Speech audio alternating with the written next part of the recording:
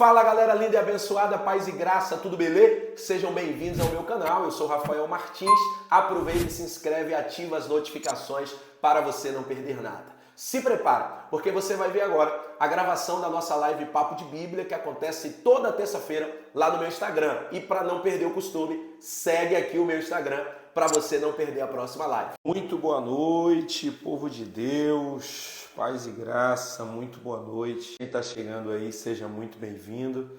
Que alegria estar aqui. Você que chegou agora, seja muito bem-vindo, muito boa noite.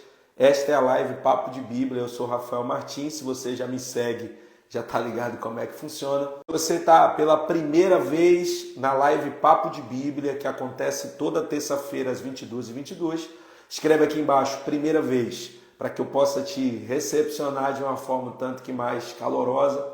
Afinal, não faria sentido ter a live Papo de Bíblia toda terça-feira às 22h22 se vocês não estivessem aqui. O propósito da live Papo de Bíblia, meu brother Samuel Sampaio, é exatamente trazer aqui mensagens ou séries de mensagens. Por enquanto eu tenho feito essa live sozinho, mas na próxima semana, acredito, eu vou estar com um convidado especial aqui para a gente falar sobre a próxima casa. Essa é a nossa terceira semana, é a terceira casa que nós iremos estudar. E já pegue Bíblia, pegue papel, pegue caneta, porque o propósito aqui é que a gente possa aprender juntos. Aqueles que são meus seguidores ou estão inscritos no YouTube, vocês poderão assistir gravações das lives Papo de Bíblia. Gente, hoje é a terceira casa, beleza? Terceira casa. Eu vou segurar só um pouquinho aqui os comentários para que você foque aqui em mim. Eu não sou tão absurdamente feio assim. Rafa, qual é o texto que nós vamos abordar hoje? Tá aqui, gente. O texto que nós vamos abordar hoje tá aqui. Marcos, capítulo 2, do verso 1 ao verso 12. Marcos, capítulo 2, do verso 1 ao verso 12. Então, a terceira casa que Jesus visita, ela tem algumas lições que eu tenho certeza que irão movimentar a fé dentro do nosso coração, que irão aguçar essa fé, sacou? Por quê? Primeiro detalhe nessa terceira casa que Jesus visita é a seguinte, Marcos capítulo 2, versículo 1, Valber. O texto diz o seguinte, e alguns dias depois, outra vez entrou Jesus em Cafarnaum. A terceira casa que Jesus visita é em Cafarnaum. A primeira casa que Jesus visita foi em Caná da Galileia. A segunda casa que Jesus visita foi a casa de Pedro, falamos a semana passada, em Cafarnaum. E agora Jesus está voltando a Cafarnaum. E nesse retorno a Cafarnaum, Jesus vai entrar numa terceira casa. Eu já vou começar liberando uma palavra profética e você que pegar essa palavra, você reage apertando o coração bem forte aí para que haja essa sintonia entre a gente. A primeira verdade profética que eu encontro aqui é o seguinte, é que mesmo Jesus, já tendo passado por Cafarnaum, ele está voltando a Cafarnaum para entrar em uma outra casa. Isso fala de uma nova oportunidade. Então eu não sei quem acredita, mas Jesus está liberando sobre a gente de forma profética aqui nessa noite, que ele vai dar uma nova oportunidade para que você tenha uma experiência com ele. Talvez seja hoje ainda, talvez seja antes que este ano de 2022 acabe, mas eu acredito que Jesus te dará uma nova oportunidade. Jesus está entrando outra vez. A expressão outra vez deixa-nos essa margem de fé na ideia de que Jesus está dando uma nova oportunidade a Cafarnaum. Talvez Jesus esteja dando oportunidade a você, Larissa. Talvez Jesus esteja dando oportunidade a você, Riley, que entrou agora. Talvez Jesus esteja dando oportunidade nova a você, Bruno. O que eu sei é que precisamos aprender a aproveitar as oportunidades que Jesus nos dá. Jesus está entrando outra vez em Cafarnaum. E nessa de entrar outra vez em Cafarnaum, Jesus vai para uma casa. Há uma expressão dentro da nossa tradução, da versão que carregamos em mãos, que diz o seguinte, e soube-se que estava em casa. Esse termo soube-se abre uma margem na ideia de que Jesus estava numa reunião fechada, seja bem-vinda, doutora Larissa Karen aí, Jesus estava numa reunião fechada com os seus 12 apóstolos dentro de uma casa e vazou a notícia em Cafarnaum que Jesus estava naquela casa. Então, para você que está ligado comigo, já pega essa palavra para o teu coração, aqui que esse papo de Bíblia hoje está muito forte. Escute só isso aqui, ó. A reunião era fechada, mas a notícia vazou, porque ninguém segura uma reunião que Jesus está presente. Ninguém consegue manter uma reunião que Jesus está presente fechada por muito tempo. Mais cedo ou mais tarde, a notícia de que Jesus está nesta reunião, ela vai vazar. Mais cedo ou mais tarde, a notícia de que Jesus está naquela casa, ela vai se espalhar. Então, alguém falou para alguém, que falou para alguém, que falou para outro alguém, que Jesus estava na casa.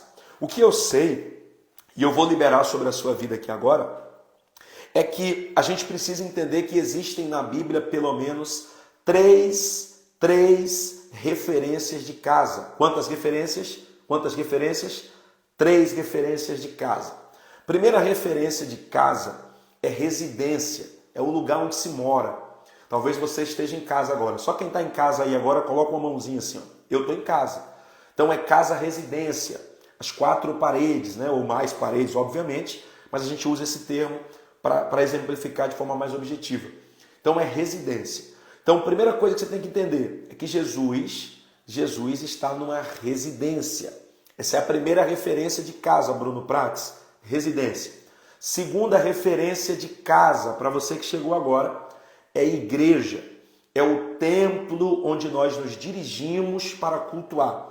Então eu estou falando de um Jesus que entra em residências, mas eu também estou falando de um Jesus que entra sim em templos feitos por mão de homens.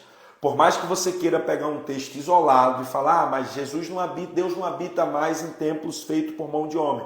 Habitar é uma coisa, se manifestar é outra completamente diferente.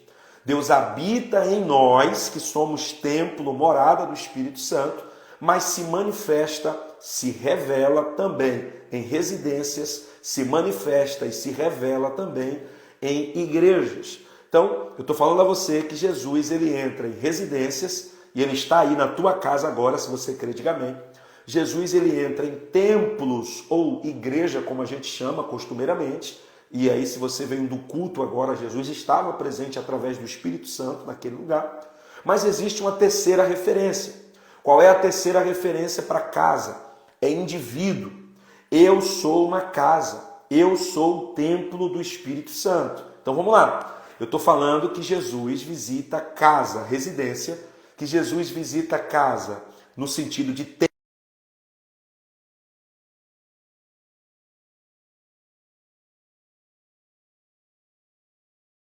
Então vamos lá, Jesus entrou nessa casa para realizar uma reunião. E aí qual é o propósito nessa reunião? Quem está vivo comigo aí, Marcos capítulo 2, versículo de número 2, revela o propósito da reunião de Jesus na casa. Qual é? O propósito é anunciar a palavra. Entenda só uma coisa, por favor. Tem uma grande quantidade de pessoas dentro dessa residência. E o que Jesus está fazendo lá dentro? Não é milagre. Até então, Jesus está apenas anunciando o quê? Palavra.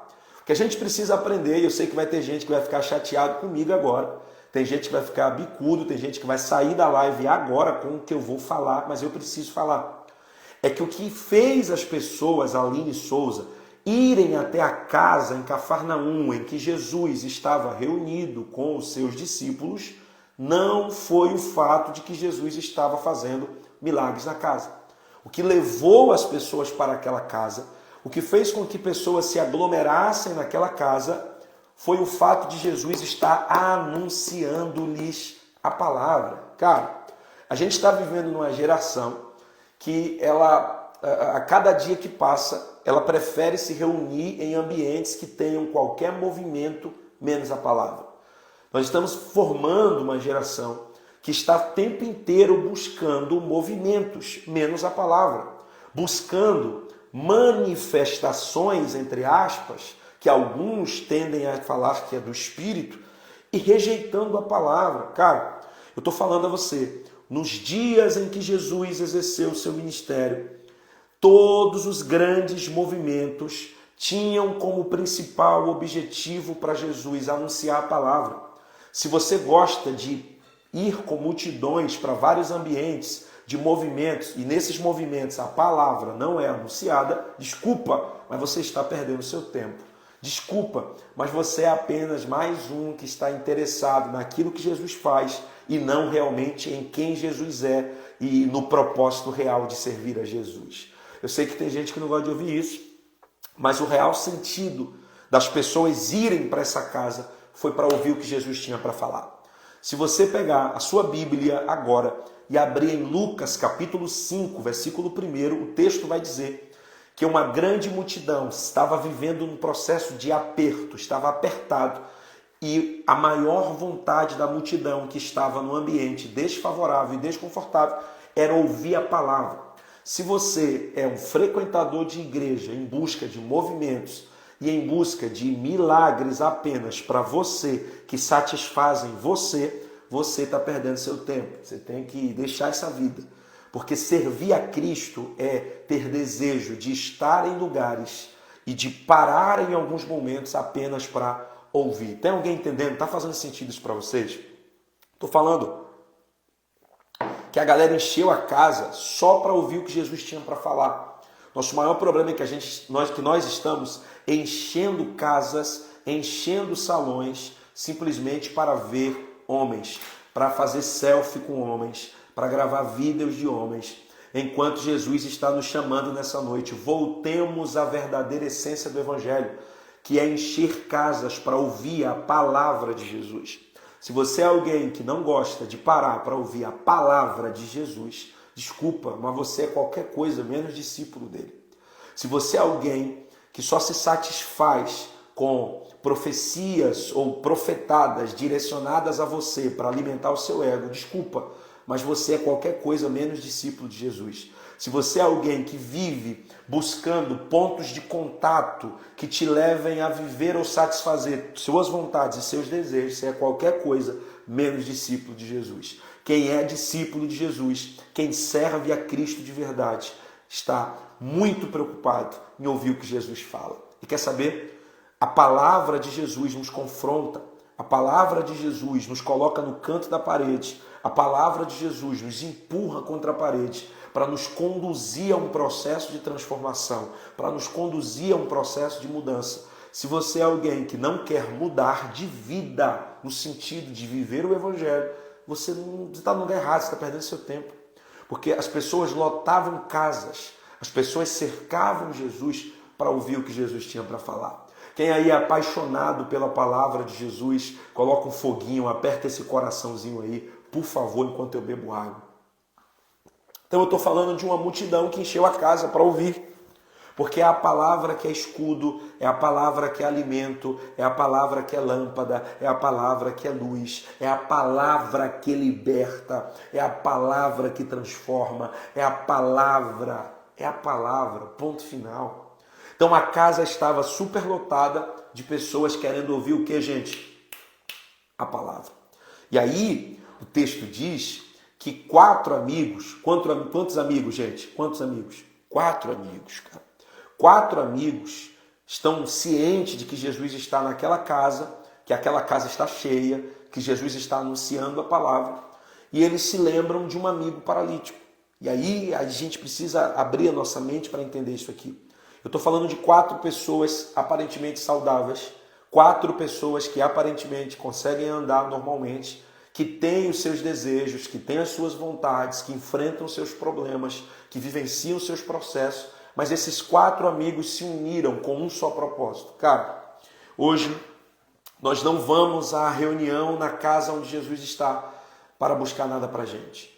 Nós vamos para levar um amigo que não consegue ir sozinho. E aqui abre-se um leque de ensinamentos que a gente precisa focar. Você que chegou agora, você não está atrasado, tá bom? Você chegou na hora certa. Foca nisso aqui.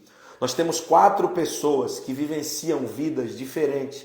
4 pessoas, cada uma com seus problemas individuais, com seus processos individuais, mas que esquecem de si para lembrar de um amigo paralítico. A pergunta que não quer calar: será que você está disposto a abrir mão de lutar pelos seus problemas, de lutar as suas guerras para ajudar alguém na guerra que ele está vivendo? Será que nós realmente vivenciamos o evangelho em que eu abro mão de mim para estender a mão para alguém, em que eu abro mão das minhas vontades para ajudar alguém, em que eu abro mão do meu eu, abro mão de mim literalmente para levar alguém até Jesus? Nós estamos no mês de dezembro e o final do ano sempre nos leva a um processo reflexivo. E a pergunta que eu te falo é: quantas pessoas você levou até Jesus? Quantas pessoas você conduziu até Jesus? Eu creio que Deus marcou esta noite de terça-feira em nossa live, que acontece toda terça, para falar com a gente algo interessante. É chegado um tempo em que Deus levantará uma geração que não tem dificuldade de abrir mão de lutar suas próprias guerras para levar alguém até Jesus. Deus está levantando uma geração que não tem dificuldade alguma de conduzir pessoas a Jesus, mesmo tendo suas próprias necessidades. Esses 4 rapazes, esses 4 homens, eles estão abrindo mão de buscar resolver os seus problemas para resolver o problema de alguém. Eu preciso que você me entenda. Jesus está procurando na noite desta terça-feira gente que tenha essa disposição. Eu sei que você tem suas guerras, seus processos, suas dificuldades, suas lutas. Só que Jesus te trouxe essa noite para você ouvir isso. Ei, lembra daquele teu amigo paralítico. Lembra daquele teu amigo que não consegue andar só. Lembra daquele teu amigo que não consegue permanecer de pé. Lembra daquele teu amigo que não consegue ter uma vida com Cristo. E leva ele para Jesus, cara. Leva ele para Jesus. Eu quero propor um desafio a quem está comigo colado aqui. Até dia 31 de dezembro, você vai pegar alguém que não tem forças e vai ajudar essa pessoa, levando-a até Jesus. Você vem comigo nesse desafio? Os caras se uniram, meu brother Hugo, que chegou agora. E eles vão levando esse moço paralítico, segurando, cada um numa ponta daquela esteira. E eles estão levando até a casa onde Jesus está. Se eu fosse você, eu focava no que eu estou falando aqui, para que você não perca nada. Olha para cá. O que acontece? Jesus está dentro da casa, anunciando a palavra. Esse é o propósito dele naquela reunião, anunciar a palavra. Os 4 amigos estão levando o amigo paralítico, mas quando eles chegam de frente à casa, havia uma grande multidão. Gente pelas portas, gente pela janela. E quando Jesus ele está dentro da casa anunciando a palavra, Jesus não para de pregar para mandar o paralítico entrar. Quem quiser entrar, que entre. Quem quiser participar, que participe. Quem quiser se aproximar, que se aproxime. O texto diz que há um grande obstáculo. O obstáculo chama-se multidão. Escreve aqui nos comentários. O maior obstáculo é a multidão. Escreve aqui nos comentários como eu vou explicar isso para vocês. O maior obstáculo é a multidão. Sempre foi, sempre será. Eu estou falando aqui hoje, meu brother Moisés Cardoso, para gente que deixa de viver o que Jesus tem para a sua vida por causa da multidão. Eu estou falando para pessoas aqui que talvez estão vivenciando alguns processos que poderiam ser evitados, mas por conta da multidão e da sua preocupação com a multidão, você está deixando de viver o que Jesus tem para você. Porque você vive o tempo todo preocupado com a multidão, com o que a multidão vai falar, com o que a multidão está pensando, com o que a multidão vai opinar, porque você é uma pessoa que está com um sério problema. Você quer porque quer a aprovação da multidão, você quer porque quer que a multidão te aplauda, você quer porque quer que a multidão te ajude, mas você precisa entender que a vida é sua e que é você que precisa fazer, lutar, executar tudo que for preciso para poder chegar para perto de Jesus. Então, para com essa ideia de colocar sempre a culpa, sempre a desculpa na multidão, porque a multidão sempre vai ser o maior obstáculo. Nós deixamos de ser felizes às vezes por causa da multidão. E aí entenda, né, que eu estou indo muito além dessa ideia apenas de uma multidão de pessoas à sua frente e você querendo passar. Não é isso. É que nós estamos sempre colocando as nossas expectativas nas multidões da vida. Você está sempre dizendo assim, eu não faço isso porque ninguém me ajuda. O obstáculo da multidão para você. Eu não consigo exercer o meu propósito, porque tem um monte de gente que não gosta de mim. E daí que tem gente que não gosta de você? A vida é sua, o propósito é seu, a promessa é para você. Cristo quer usar você, Cristo quer transformar você. Então, para de usar o maior obstáculo, que é a multidão, como a desculpa para você não viver o que Deus tem para você. Ainda que haja uma grande multidão, eu não sei quem pega isso aqui, Deus vai te dar a estratégia certa para você vencer o seu maior obstáculo. O maior obstáculo para esses 4 amigos que levavam um amigo paralítico era a grande multidão. Qual é o seu maior obstáculo? Esta é a noite de você pedir a Deus as ferramentas necessárias, as estratégias necessárias para romper o seu maior obstáculo. Só aqueles que estão pegando tudo aqui, sendo ministrados, está fazendo sentido, escreve aqui nos comentários: eu vou vencer o meu maior obstáculo. Talvez o seu maior obstáculo seja a timidez, talvez o seu maior obstáculo seja o medo, talvez o seu maior obstáculo seja a busca pela aprovação dos seus pais para tudo que você faz, talvez o seu maior obstáculo seja a busca por aprovação dos seus amigos, do seu rol de amigos para tudo que você faz. Talvez o seu maior obstáculo seja o seu problema que você criou na sua cabeça, um complexo de inferioridade. Mas o que eu sei é que nesta noite Deus está deliberando força, Deus está liberando graça, Deus está liberando estratégia para você vencer o seu maior obstáculo. Aleluia! Sobe o foguinho aí se você pegou, que eu já estou caminhando para o fim. O texto diz que para vencer o maior obstáculo nessa casa, que era a multidão, eles tiveram que subir ao telhado. E aí eu preciso saber se você está vivo. Só se você está vivo, aperta o coraçãozinho assim por uns 5 segundos para ver que você está vivo. Cara, eles tiveram que subir para o telhado. Felipe, que parada doida, mano. Parada doida. Gente, papo de amigo aqui, ó. Subir ao telhado, no texto, Deus está ministrando para a gente, Ju, o seguinte: ó, você precisa ir além. Cara, talvez você diga assim: ah, mas eu já fiz de tudo. Aí, sobe mais um degrau, vai além, faz o que ninguém nunca fez. Anota uma palavra, uma chave poderosa para a sua vida. Ó. Quem faz o que ninguém nunca fez, vive o que ninguém nunca viveu. O nosso maior problema é que queremos apenas fazer aquilo que todo mundo já vem reproduzindo. E tem momentos, como nessa casa, meu amigo David Feitosa, ou Davi Feitosa, sei lá como é que você gosta de ser chamado aí, é David, né? Tem momentos como a casa de Marcos 2 que Jesus visita, que Jesus está esperando que a gente faça além, que a gente faça mais, que a gente suba o telhado. Subir o telhado requer esforço, subir o telhado requer trabalho, subir o telhado vai requerer, aqui no texto, unidade, cara. Estou falando de 4 homens subindo, carregando um peso de alguém que era um amigo deles. Se eles não estivessem unidos no mesmo propósito, as coisas não iam funcionar. Sabe qual é o nosso problema? É que nós, ao invés de fazermos alianças com pessoas que vão nos ajudar a subir telhados, nós estamos fazendo aliança com gente que cava uma cova e nos joga dentro. Vou repetir. Ao invés de fazermos aliança com pessoas que têm disposição para subir o telhado com a gente, estamos fazendo aliança com gente que só quer cavar uma cova e nos lançar dentro e nos ver sumir da vida deles. Deus vai te colocar ao teu lado amigos verdadeiros, com disposição para subir telhado, com disposição para ir além, com disposição para fazer algo mais, porque você está muito perto de viver o milagre, de viver o propósito que Deus estabeleceu sobre você.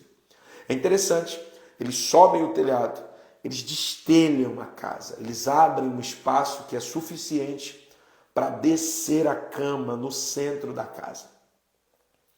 E aí quando eles descem a cama com o amigo paralítico que está deitado nela, no centro da casa, ele fica de frente para Jesus. E aí, cara, isso aqui é fantástico. Você que está vivo comigo, aperta esse coração que eu vou liberar uma pedrada do céu para você aqui. Quando o moço para de frente para Jesus, o moço era paralítico. Você lembra disso? Qual é a maior vontade de um paralítico? É andar. Só que quando o moço fica de frente para Jesus, o texto diz o seguinte: Jesus vendo-lhes a fé. Versículo 5. E Jesus vendo-lhes a fé. Vendo-lhes, plural. Tá? O texto está falando que Jesus notou a fé dos amigos. Que Jesus percebeu a fé dos amigos. Não sei quem pega, mas Jesus está falando contigo. Eu estou vendo o seu esforço. eu estou vendo o seu nível de fé. Eu estou vendo que você continua acreditando mesmo com as circunstâncias negativas e adversas. Jesus está falando para alguém aqui, eu estou vendo sua fé. Tá? Por mais que talvez eu esteja em silêncio, eu estou vendo sua fé. Por mais que talvez eu ainda não me manifestei, mas eu estou vendo sua fé. Por mais que a porta ainda não abriu, pega isso aqui, ó, eu estou vendo sua fé. Por mais que a cura ainda não chegou, eu estou vendo sua fé. Por mais que as cadeias ainda não foram quebradas, eu estou vendo sua fé. Por mais que a resposta que você tanto busca ainda não chegou, eu estou vendo sua fé. Por mais que você ainda não tenha alcançado o maior objetivo que você traçou, eu estou vendo a sua fé. Por mais que a meta não tenha sido alcançada, eu estou vendo sua fé. Por mais que você ainda não está dentro do ambiente que você desejou, eu estou vendo sua fé. Por mais que as algemas ainda não foram despedaçadas, eu estou vendo sua fé. Por mais que o milagre ainda não aconteceu, o que importa é que Jesus está dizendo para você, eu estou vendo sua fé. E aí, a parada fica muito doida, porque quando Jesus percebe a fé, tá? Marcos capítulo 2, versículo de número 5, Jesus vai falar com o paralítico. Gente, o paralítico só estava naquela casa por causa de quem? Fala para mim. O paralítico só estava dentro da casa, de frente com Jesus, por causa dos amigos. Então todo o esforço foi empreendido pelos amigos. Toda a dedicação foi dos amigos, foi dos 4. Só que Jesus não fala com os 4, Jesus fala com o paralítico. E aí você precisa ter maturidade para entender que às vezes Jesus não vai falar com você. Você precisa ter maturidade para entender isso. O esforço foi seu, mas quem está precisando ouvir uma palavra é o paralítico. A dedicação foi sua, mas quem está precisando ouvir a palavra é o paralítico. Todo o empenho foi seu, mas quem está precisando ouvir a palavra é o paralítico que você desceu na cama. Então por que às vezes você fica esperando Jesus falar com você se na verdade você apresentou uma situação para ele? Ele vai falar com a situação. Por que às vezes você fica esperando Jesus bater um papo com você, fazer um carinho em você, se na verdade você apresentou um problemão para ele, ele vai falar com o problema? Quer ver? Quando Jesus estava dentro da embarcação, dormindo em meio à tempestade, que alguém o acorda e fala para ele o seguinte, assim, ó, mestre, o senhor não se incomoda que a tempestade está forte, a gente vai morrer. Jesus levanta e não responde nada para quem lhe acordou. Jesus vai para frente do barco e na frente do barco Jesus fala com o mar e com o vento. Porque o problema era o mar e o vento. Então por que Jesus vai falar comigo se eu tenho o mar e o vento à minha frente me causando medo? Por que Jesus vai falar comigo se eu apresentei para ele um paralítico, um cara que não anda? Por que Jesus vai falar comigo se eu apresentei para ele um caso praticamente quase que insolúvel? Então não faz sentido. Às vezes você está esperando resposta quando na verdade Jesus vai trazer uma ação. O que a gente precisa entender é o seguinte, velho. Olha o que aconteceu. Jesus vai falar para o paralítico. E aí Jesus chama o paralítico de filho. Filho, escreve aqui nos comentários filho e aperta o coraçãozinho assim que é para eu ver que vocês estão vivos, acordados e me ouvindo. Filho, Jesus chamou o cara de filho, o cara é paralítico. O cara não foi porque quis, foi levado e Jesus está chamando ele de filho. O cara está ali por conta do esforço alheio, Michel, e Jesus está chamando o cara de filho. O cara está paralisado em frente a um monte de gente que anda e Jesus está chamando ele de filho, porque aquilo que é problema para a gente não muda como Jesus nos enxerga. Vou repetir, talvez você tão preocupado como a multidão te enxerga e esqueceu de que Jesus te enxerga como filho. Ai meu Deus, isso aqui conforta a minha alma, porque eu não sou aquilo que a multidão grita que eu sou aquilo que Jesus diz que eu sou. Eu não sou aquilo que talvez as pessoas à minha volta dizem que eu sou, mas eu sou aquilo que Jesus declara e ele diz, filho, você é filho, você é filha. Tem alguém vivo aí comigo? Tem alguém que pega essa palavra? O teu problema, a tua paralisia não arrancou a paternidade. Jesus está dizendo, eu sou o teu pai. Você está paralisada diante de um processo, mas isso não arrancou a paternidade. Eu sou teu pai. Talvez você está carregando um problemão, mas eu estou aqui te dizendo, para mim você é filho. Continua filho. Você continua filha. Você precisa entender uma coisa, nem merecemos, mas Ele nos trata como filho mesmo diante das nossas paralisias. Não somos dignos, mas Ele nos trata como filho mesmo diante das nossas paralisias. Mesmo diante das nossas dores, Ele está dizendo filho. E aí, Ele completa dizendo assim, filho, perdoados estão os teus pecados. O cara é paralítico, a maior vontade, o maior desejo dele é andar, só que mais pesado do que a paralisia que todos enxergavam era a prisão que ele vivia aqui dentro. O que a gente precisa entender é que Jesus está apresentando para a gente aqui o seguinte, ei, Catiane, Rafael, Lindsay, Larissa, cara, vocês têm que entender o seguinte, os problemas internos para Jesus têm um peso maior do que os externos. Então Jesus primeiro vai tratar ele dentro. Ninguém via aquilo que ele vivenciava aqui dentro. Ninguém via uma vida de prisão aqui dentro. Mas todo mundo via a paralisia aqui fora e queria que a paralisia fosse resolvida. De que adianta Jesus te fazer andar aqui fora se você vive preso aí dentro de você mesmo? De que adianta Jesus te fazer andar aqui fora se você vive totalmente acorrentada aí dentro desse mundo que você criou? Essa escuridão que você estabeleceu para você. O que Jesus está dizendo é, antes de eu te fazer andar aqui fora, eu vou te libertar aí dentro. Meu Deus, gente, eu senti a presença de Deus aqui, hein? Antes de Jesus nos fazer andar aqui fora, Ele vai nos libertar aqui dentro. Ele vai nos curar aqui dentro. Ele vai nos tratar aqui dentro. Porque pior do que estar parado aqui fora é estar morto aqui dentro. Pior do que estar parado aqui fora é ser viver aprisionado aqui dentro. E aí Jesus está falando para alguém aqui, se prepare, porque 2022 não vai terminar com você ainda acorrentado nessas tuas emoções tão machucadas. Jesus está dizendo, ei, tem liberdade chegando hoje. Quantos creem que tem liberdade para a alma de pessoas chegando aqui hoje? Tem liberdade sendo liberado pelo poder do nome de Cristo Jesus, aquele que é o libertador. Ele está dizendo, eu estou trazendo liberdade. Só que deu problema, porque a gente vai encontrar nesse texto, dentro dessa casa, um grupo de pessoas que está muito mais preocupado se o rapaz vai andar aqui fora do que se ele vai estar curado aqui dentro. Presta atenção no que eu vou te falar agora, tá? Tem gente que entrou agora e não pode sair antes de ouvir isso. Bota uma coisa na tua cabeça.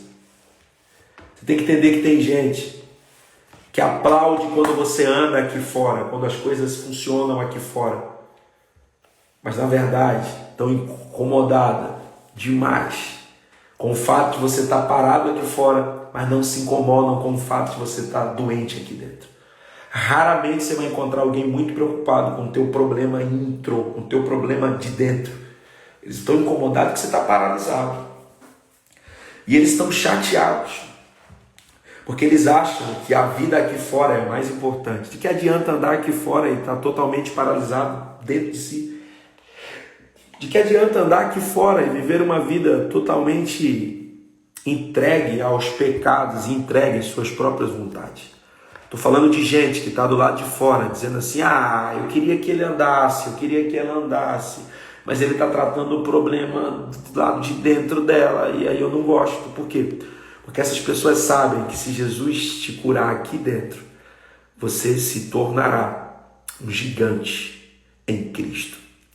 As pessoas sabem, esse grupo de pessoas chamados de fariseus sabem que se você for liberto aqui dentro, você vai se levantar com toda a força que só Cristo pode te dar. Agora, elas também sabem que por mais que você esteja em movimento aqui fora, mas se estiver preso, doente aqui dentro, elas sabem que você não é feliz e o problema está aí. Tem muita gente querendo ver você se movendo aqui fora, infeliz. E diga-se de passagem, talvez eu esteja falando aqui nessa live, Papo de Bíblia de hoje, para gente que está se movendo muito aqui fora, mas está doente aqui dentro. gente que talvez está se movimentando bastante aqui fora na vida sentimental, na vida profissional, na vida acadêmica, na vida familiar, mas aqui dentro está totalmente aprisionado. Só que hoje Jesus está dizendo, hoje eu vou curar você aí dentro, para que você possa se movimentar aqui fora de forma saudável. Depois que Jesus perdoa, o grupo dos fariseus diz assim, quem que esse cara pensa que é? Para perdoar, só pode perdoar Deus. Aí Jesus vai dizer para eles assim, o que vocês estão aí cochichando, cara, pensando? O que é mais fácil? Dizer ao paralítico, levanta e anda, ou perdoar os seus pecados? O que é mais fácil? E aí os caras ficaram parados, olhando, sem saber o que responder. E foi exatamente aqui que o texto vai dizer para a gente, que por isso Jesus decidiu fazer o cara andar. Jesus só ia curar ele aqui dentro. Acredite, está escrito aqui, nas versões mais próximas do texto original. Está aqui, ó. Para que vocês saibam que o Filho do Homem tem poder para perdoar pecado, eu vou fazer esse cara andar. Eu não vou fazer ele andar para esfregar na cara de vocês que eu faço as coisas andarem. E aí, mais uma vez, dentro dessa terceira casa que Jesus visitou, Jesus está ensinando para a gente que a vida vai muito além do que essas coisas que a gente busca aqui fora. Jesus está dizendo para os caras, muito mais importante do que as coisas andarem aqui fora é você ser livre aqui dentro. Porque tem muita gente que aqui fora está rolando tudo, movimentando, movimento. E aqui dentro a pessoa está totalmente aprisionada, cara. Então o que Jesus faz aqui nesse texto, nessa terceira visita, nessa casa, é algo muito simples. É mostrar quais são as prioridades do reino. E a prioridade do reino é a libertação. A prioridade do reino é a cura aqui dentro, para que as coisas aqui fora possam fazer sentido. Então Jesus diz, para que vocês saibam, não que eu sou profeta. E aí tem uma galera por aí afora, que às vezes Deus usa, às vezes não, e eu não estou aqui para massagear o ego de ninguém, que insiste com essa expressão que eu tenho dificuldade de crer nessas paradas, e diz assim, para que vocês saibam que eu sou profeta de Deus. Cara, Deus não tem interesse de que as pessoas saibam que você é profeta. Deus não tem interesse nenhum em que as pessoas saibam que eu sou profeta, porque não é o meu nome que vai ter que ser glorificado, é o nome de Cristo. Não é o meu nome que faz alguma coisa, é o nome de Cristo. Não sou eu que realizo absolutamente nada, é Cristo. Qual é a dificuldade que a gente tem de tirar o foco dos homens e botar o foco em Cristo? Qual é a dificuldade que a gente tem nessa geração? Nós somos a geração mais idólatra. Vocês sabiam disso? Eu já entrei numa parada aqui que não era nem para eu entrar. Eu acho que eu não vou falar. Vocês acham que eu devo falar? Vocês acham que eu devo falar? Já vou até fechar aqui o esboço. Vocês acham que eu devo falar? Fala a verdade. Eu falo ou não falo? Cara, sinceramente, cá para nós estamos vivendo uma era onde a galera está em busca da glória para si. O pessoal está querendo a glória para si, sabe? Então a gente fica o tempo todo, e nós somos responsáveis por isso, tá? Nós somos responsáveis por isso. A gente fica o tempo todo supervalorizando os homens e colocando Jesus em segundo plano, cara. Se não fosse Jesus, se não fosse a palavra dele, o poder dele, a graça dele, eu não tinha condição nenhuma de abrir nenhuma live aqui para falar nada. Não sou eu, é Cristo. Por isso que Jesus, ele não vai dizer, eu estou falando de Jesus, ele não vai dizer naquela reunião, naquela casa, para que vocês saibam que eu sou profeta. Não, ele diz para que vocês saibam que o Filho de Deus tem poder para perdoar pecado. Porque o propósito de Jesus é que as pessoas saibam, que as pessoas tenham plena ciência de que ele é o Cristo, que perdoa, que liberta. É sobre isso. Que dificuldade que a gente tem, cara. Nós estamos vivendo num mundo onde as pessoas querem a glória. Vivemos num mundo, e aí eu me preocupo demais com isso, onde em nossos cultos nós estamos muito mais preocupados em gravar os vídeos, em gravar os stories, em fazer os vídeos. Eu não sei para onde vai tanto vídeo, cara. Nós estamos muito mais preocupados em fazer um vídeo do que em viver o que Cristo tem naquela reunião. Nós estamos muito mais preocupados em registrar os momentos do que viver o momento. E Cristo está nos chamando nessa noite para uma responsabilidade, sabe? Muito mais importante do que registrar o momento, é viver o momento. Nós precisamos entender que é Ele que faz, que é Ele que realiza. Então Jesus diz, para que vocês saibam que o Filho do Homem perdoa pecado, que o Filho de Deus perdoa pecado, porque esse é o propósito, é perdão. Eu já libero aqui uma palavra, Jesus está dizendo assim, eu arranco de você todo sentimento de culpa, e o meu sangue te purifica de todo pecado, e tem perdão para você nessa noite. Quem crê nisso, sobe um foguinho aí, só quem crê nisso. Eu sei que esse tipo de live não dá muito ibope, né? Quando a gente vem para a palavra, falar a verdade. Mas eu estou aqui toda terça-feira às 22h22, batendo um papo de Bíblia com vocês. E encerrando, o texto diz que Jesus olha para aquele cara e diz assim, velho, levanta, toma a tua cama e vai para casa. Jesus nem fez questão de mandar o cara ficar. Jesus disse, levanta, toma a tua cama e vai para casa. Bota uma coisa na tua cabeça. O interesse de Jesus, quando você estiver numa reunião com eles, no culto, vou usar uma linguagem bem pentecostês, o que ele faz no culto, ele quer que você leve para casa. A gente está vivendo a geração de momento e não a geração de relacionamento.